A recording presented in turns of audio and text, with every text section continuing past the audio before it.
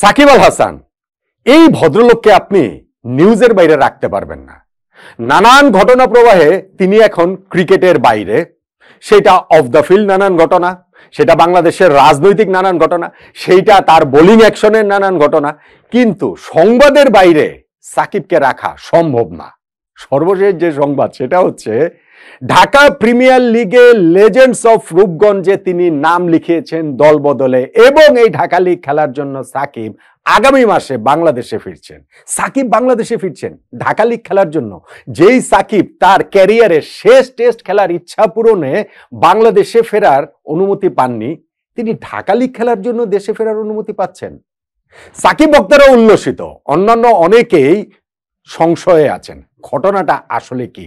সত্যিকার অর্থে সাকিবের বাংলাদেশে ফেরার সম্ভাবনা কত পার্সেন্টেজ?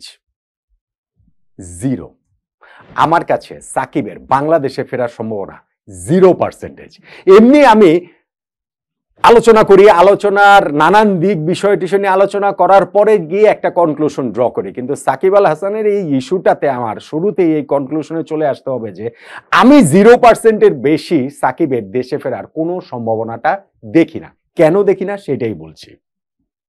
দেখুন, সাকিব গত সরকারের একটা অংশ ছিলেন, তিনি সংসদ সদস্য ছিলেন, তারপরে সেই সরকার পতন হওয়ার পর ওই সময়টাতে তিনি দেশের বাইরে ছিলেন। বাংলাদেশের রাজনৈতিক পরিস্থিতি কি হয়েছে সেটা আমরা জানি। ওই সরকার, আওয়ামী লীগ সরকারের পতন হওয়ার পরও কিন্তু সাকিব বাংলাদেশের জার্সি গায়ে খেলেছেন।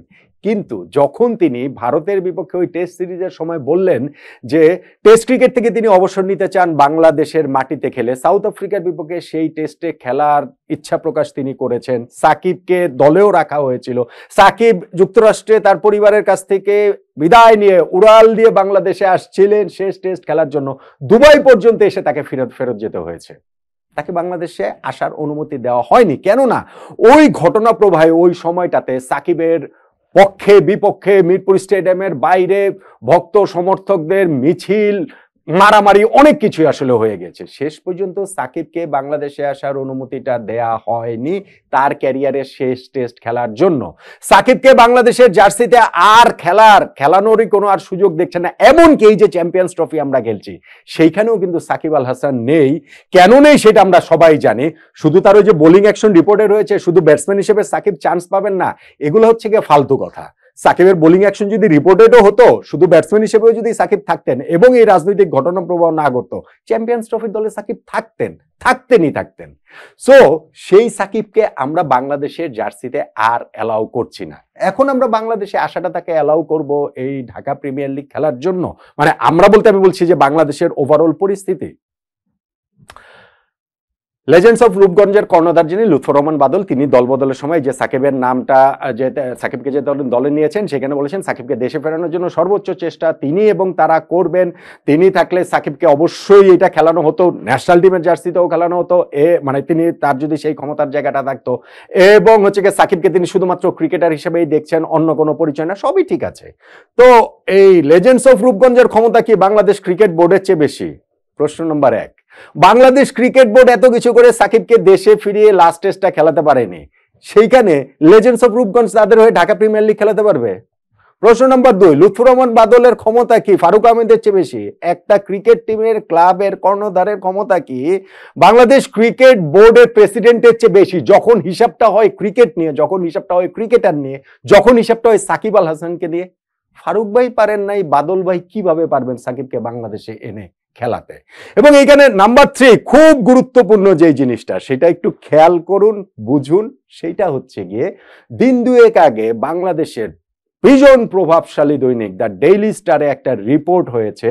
সাবেক প্রধানমন্ত্রীর ওই গণভবনে গিয়ে তার একটা সরেজমিন রিপোর্ট করেছেন। যেই রিপোর্টের মধ্যে আরো অনেক কিছুর মধ্যে একটা জিনিস ছিল যে বৈষম্য বিরোধী ছাত্রদের যে আন্দোলন, আওয়ামী লীগ সরকারের বিরুদ্ধে যে আন্দোলন, সেইখানে ওই সরকারের বিরুদ্ধে যারা অর্থায়ন করেছেন তাদের মধ্যে সন্দেহভাজনদের একটা লিস্ট ডেইলি স্টার ছেপেছে। সেই লিস্টে সাকিব আল হাসানের নাম রয়েছে। অর্থাৎ সাকিব যে আওয়ামী লীগের এমপি, সেই সাকিব আওয়ামী লীগ সরকারের পতনের জন্য অর্থ বিনিয়োগ করছেন। ডেইলি স্টারের রিপোর্টে সাকিবের ওই অংশটা, সারমর্মটা হচ্ছে গিয়ে এটাই। এখন সেই সাকিব তার মানে কি? তার মানে হচ্ছে কি আওয়ামী লীগের বিরুদ্ধে সাকিব, ধরেন আমি রিপোর্টের ওই অংশটুকুর বিষয়টা নিয়ে যদি আমি বলি, তার মানে হচ্ছে কি আওয়ামী লীগ সরকারের পতনের জন্য সাকিবের এই জায়গাটাতে একটা অবদান ছিল, তিনি এখানে অর্থায়নটা করেছেন। সাকিবকে যদি এখন দেশে আসতে দেয়া হয়, সাকিব যদি এখন দেশে আসেন, এই জিনিসটা কি স্ট্যাবলিশ হয়ে যাবে না? খুব ভালোভাবে স্ট্যাবলিশ হয়ে যাবে না? জনমানসে কি এই জিনিসটা পুরোপুরি ক্লিয়ার হয়ে যাবে না? সাকিব আওয়ামী লীগ সরকারের এমপি ছিলেন বলেই তাকে বাংলাদেশে আসার অনুমতি দেওয়া হয়নি, তাকে বাংলাদেশের শেষ টেস্ট খেলার ইচ্ছা পূরণের অনুমতি দেওয়া হয়নি, তাকে বাংলাদেশের চ্যাম্পিয়ন্স ট্রফি খেলার ইচ্ছা পূরণের অনুমতি দেওয়া হয়নি, তাকে বাংলাদেশের জার্সিটা আদৌ আর দেখা যাবে কিনা সেটা নিয়ে বিরাট বড় প্রশ্নবোধক চিহ্ন, শুধুমাত্র তার ওই রাজনৈতিক পরিচয়ের কারণে। এখন ডেইলি স্টারে যখন রিপোর্ট হয় যে সাকিব আওয়ামী লীগ সরকারের পতনের জন্য এই আওয়ামী লীগ সরকারের বিরুদ্ধে তিনি অর্থ বিনিয়োগ করেছেন, তারপরে দেশের এখন এই অন্তর্বর্তী সরকার তারা সাকিবকে বাংলাদেশে আসার অনুমতি দিলে সবাইতে 2-2-4 ওইটাই মিলাবে যে সত্যি সত্যি তো তাহলে সাকিব এই কাজটাই করেছেন, সাকিব তো সত্যি সত্যি আওয়ামী লীগ সরকারের পতনের জন্য তিনি কাজ করেন। আমি কোনো জাজমেন্টে যাচ্ছি না, সাকিব আওয়ামী লীগ সরকারের পতনের জন্য কাজ করেছেন, অর্থায়ন করেছেন কি করেননি সেটা আমার ইস্যু না।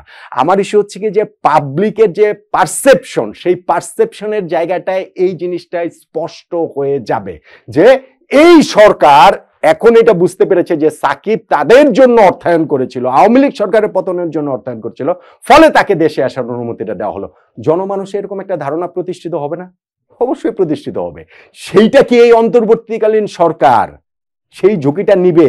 মানুষের মধ্যে এই ধারণা প্রতিষ্ঠিত হওয়ার ঝুঁকিটা কি তারা নিবে শুধু সাকিব আল হাসানকে দেশে আসতে দেওয়ার জন্য, সেই সাকিব আল হাসানকেও ঢাকা প্রিমিয়ার লিগ খেলতে দেওয়ার জন্য? হ্যাঁ, যদি এটা বুঝতাম যে না বাংলাদেশ ওয়ার্ল্ড কাপের ফাইনালে উঠে গেছে, এই একটা ম্যাচ খেলার জন্য কোনো একটা বিশেষ ব্যবস্থা তৈরি, ঢাকা প্রিমিয়ার লিগ খেলার জন্য সাকিবকে এখন এখানে আসতে দিবে যেখানে মানুষ 2-2-4 মিলিয়ে ফেলবে যে না আওয়ামী লীগ সরকারের পতনে এই যে এখন যে অন্তর্বর্তীকালীন সরকার তারা অনুমতি দিচ্ছে, কেননা সাকিব ওই জায়গাটাতে অর্থায়ন করেছিল আওয়ামী লীগ সরকারের পতনের জন্য? এটা কি ভাই হয়? এটা কি আসলে বললেই হলো?